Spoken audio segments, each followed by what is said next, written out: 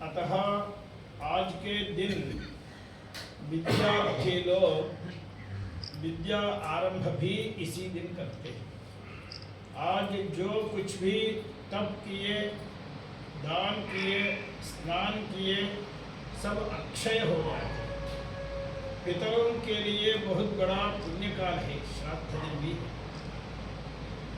हाँ, आज के दिन तर्पण आदि करते हैं, युगादि भी है, इससे बहुत बड़ा पुण्यकाल है। देश तो ऐसे काशी के समान, इस घट के समान देश प्रपंच में कहाँ भी नहीं मिलेगा। ऐसे जहाँ जो व्यक्तियाँ हैं ये सब साक्षात वेद पुरुष है। गोकर्ण भगवान विश्वनाथ भगवान को दर्शन करने के लिए आए हैं, ऐसा हमको लगता है कि पूरा विश्व गोकर्ण भगवान है, विश्वनाथ को दर्शन के लिए ही आए। पाप हम सब लोगों का अनिवार्य है। पाप को हम लोग दूर नहीं कर पाएंगे। जितने भी पाप के दूर रहने के विचार कर लो, पाप हम लोगों का स्पर्श करते ही है।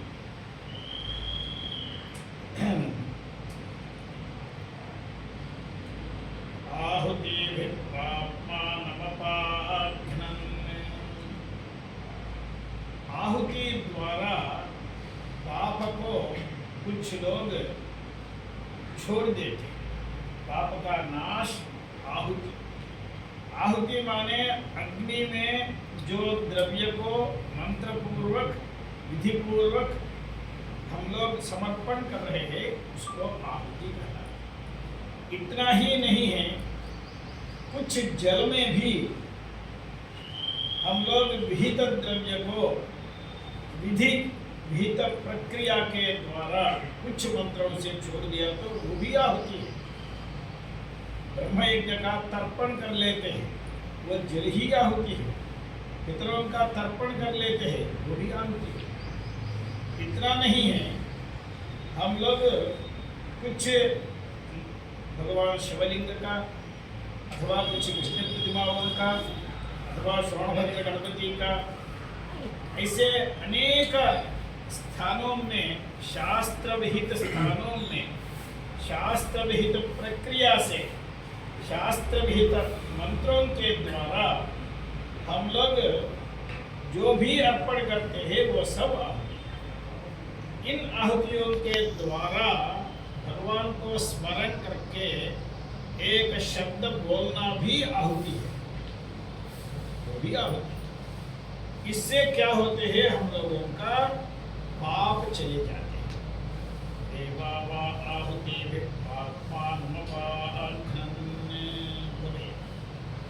लेकिन यह पाप आहुतियों के द्वारा यज्ञ में जाके बैठे, वो छोड़ते नहीं।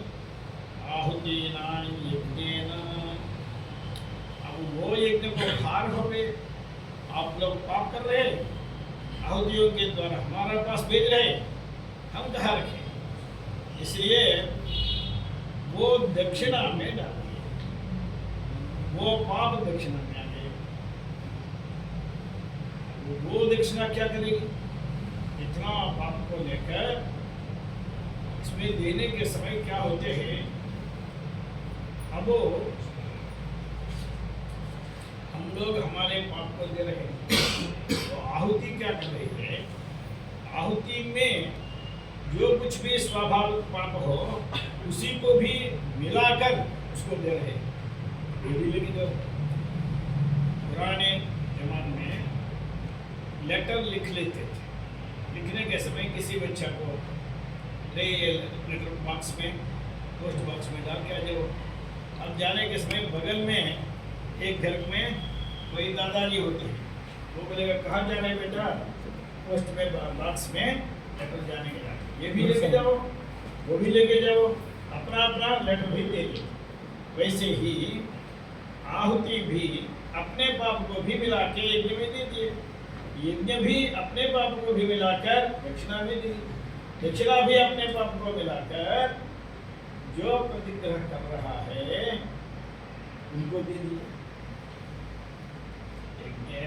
दक्षिणानां ब्राह्मणेन, वह ब्राह्मण के लिए बहुत बड़ा पाप है। इसको हम ऐसा नाश करेंगे फिर दूसरों का भार होना नहीं चाहिए। अभी इतना दिन तक ये उसको दे रहे, वो उसको दे रहे, वो उसको दे रहे, इसका खत्म नहीं किए।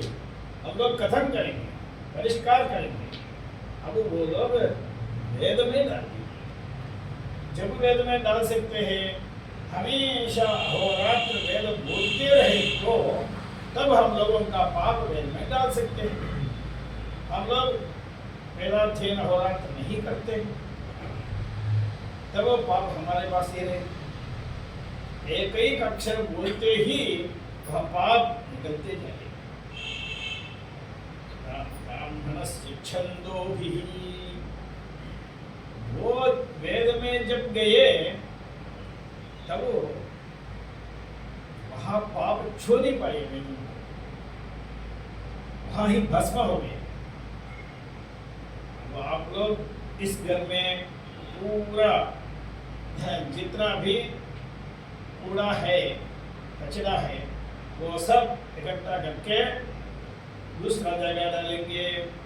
वो रोड साफ करने वाला वो भाग से दूसरा जगह डालेंगे, वहां से दूसरा जगह, कहाँ भी एक जगह जलाना पड़ता है, तब भी खत्म हो जाते हैं, नहीं तो ज्यादा होते ही करते। अतः अपहत पाप्मा स्वाध्यायः, उसको पाप उसको छोड़ नहीं सकते। जब हम लोग वेद बोलते रहते हैं, हम लोगों को कोई पाप छोड़ नहीं सकते। सब लोगों का यह अधिकार नहीं है, जिन लोगों का अधिकार है वही बोल सकते हैं। अतः वेदाध्ययन परायण लोग पूरा पाठशाला को लेके यहाँ आकर शंकर जयंती के संदर्भ में यह वैशाख शुक्ल पक्ष पूरा कितना पुण्य काल है, साधारण काल नहीं। वैशाख महीना के समान उत्तम महीना कोई नहीं। आज जल दान किया तो मिट्टी घड़ा में भराकर कितना पुण्य है, इससे स्वरूप क्या हो सकते हैं। गंगा जल वहाँ है, मिट्टी का घड़ा है, भरा के यदि शक्ति है तो थोड़ा मिश्री का पाउडर डालकर ठंडा करके ब्राह्मण को दे दिया तो मोक्ष भर ही मिल जाते। ऐसे सब इस वैशाख महीना में सब भगवान शिवलिंग जहाँ कहाँ भी है, एक धारा पात्र को रखे या तो अच्छे पुण्य। ऐसे स्थिति में ऋग्वेद स्वाहा का वेद में कहे, जो कुछ भी यजुर्वेद मंत्रों से यज्ञ करो, सामवेद मंत्रों से यज्ञ करो, वह यज्ञ दृढ़ नहीं होते, स्ट्रांग नहीं। अब आप टाइल्स लगा रहे हैं, इससे घर का स्ट्रांग होते क्या? स्ट्रांग जो है वो नीम में होना चाहिए, हम लोगों का दिमाग में होना चाहिए। और टाइल से क्या होते हैं, कलर से क्या होते हैं, पेंट से क्या होते हैं, इसमें स्ट्रांग नहीं। इसलिए यजुषा सामना क्रियते तच्छिथिलं शिथिलं वा एतत् यज्ञस्य शिथिलं, वो चले जाते हैं। यदृचा तद्दृढं, ऋक्मंत्र से जो करते हैं भ्रष्टान, अर्थात यह एक भवन है, वेद भवन। वेद भवन का ऋग्वेद ऋचा ये स्तंभ है, 10,000 स्तंभ है, 10,000 पिलर का एक वेद भवन है। उसमें पूरा पर्स बनाना का काम, पूरा दीवार में अच्छे से प्लास्टरिंग करने का काम पूरा यजुर्वेद कर लेते हैं, सामवेद पूरा पेंटिंग कर लेते हैं, पूरा सजावट करते हैं अथर्ववेद। लेकिन इसमें मुख्य क्या है समझ लो, 10,000 पिलर जिसमें है वही ऋग्वेद है। ऋग्वेद माने साधारण नहीं, ऐसे ऋग्वेद को 10,000 मंत्रों को यहाँ स्वाहाकार करके पूरा सांग वेदाध्याय, आजकल ऋग्वेद संहिता ही पूरा नहीं पढ़ रहे हैं, नहीं पढ़ा पा रहे हैं और कंठस्थ भी नहीं कर रहे हैं। लेकिन इतने में ऐत्रेय आरण्यक, ऐत्रेय ब्राह्मण, ऐत्रेय पूरा पूरा करके दशक ग्रंथ भी पढ़कर ऐसे संप्रदाय कलिकाल में आज भी है। ये भगवान शंकराचार्य जी का कृपा है, भगवान वेदपुरुष का कृपा है। अतः यही परंपरा आगे चलते चलते रहना है। बहुत आज हम पहले पंचांग बिना देखकर इन लोगों का हमने बांध दे दिए। हमको प्रतिपदा के दिन वहाँ चालू करना है, द्वितीया के दिन यहाँ आएंगे, अक्षय तृतीया के दिन हम पूजा करेंगे, ऐसा सोचे। हम कल देखे, कल प्रतिपदा भी है, द्वितीया भी है, लुप्त हो गई है। अब हम क्या करना है, जो दिए बात इसको निभालना है, अथवा हम नहीं आ रहे तो ना है, क्या बोलना है समझ नहीं पाए। लेकिन सबका सभी कार्यों का गुरु बल चाहिए ना। ऐसा हमको भी एक हमारे केदार खंड में गुरु है गुरु प्रसाद, वो बोल दिए आप चिंता मत करो, हम लेके जाएंगे, जल्दी लेके आए, ठीक है भैया।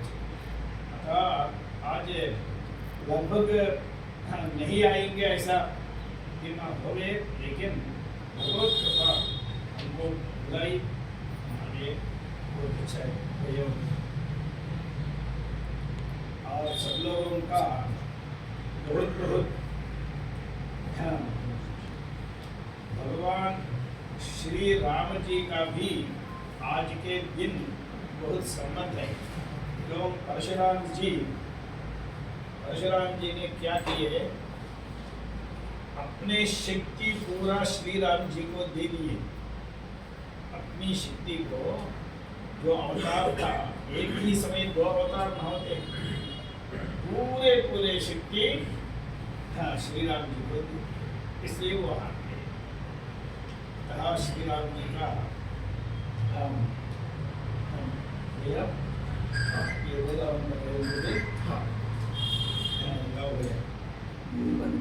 दूसरा प्रतिनिधि